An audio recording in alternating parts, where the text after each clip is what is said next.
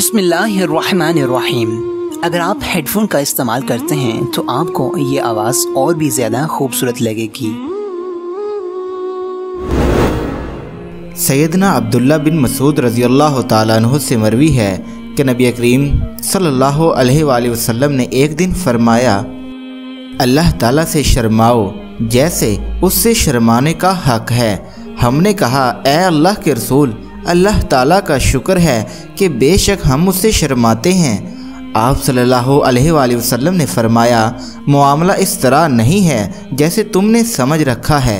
जो आदमी अल्लाह ताला से कमाह का शर्माना चाहता हो तो वो सर की और उन चीज़ों की हिफाजत करे जिनको सर ने समेटा हुआ है, और हिफाजत करे पेट की और इन चीज़ों की जिन पर पेट मुश्तमिल है, और मौत और बोसीदगी को याद करे। और जो आखिरत का इरादा रखता है वो दुनिया की जीनत छोड़ दे।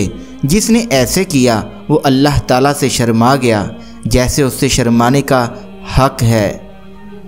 सैयदना जाबिर बिन समरा रज़ी अल्लाह ताला अन्हु से मरवी है, वो कहते हैं, मैं एक मजलिस में बैठा हुआ था, उसमें नबी करीम सल्लल्लाहु अलैहि वसल्लम भी तशरीफ़ फरमा थे और मेरे बाप समरा रज़ी अल्लाह ताला अन्हु मेरे सामने बैठे हुए थे।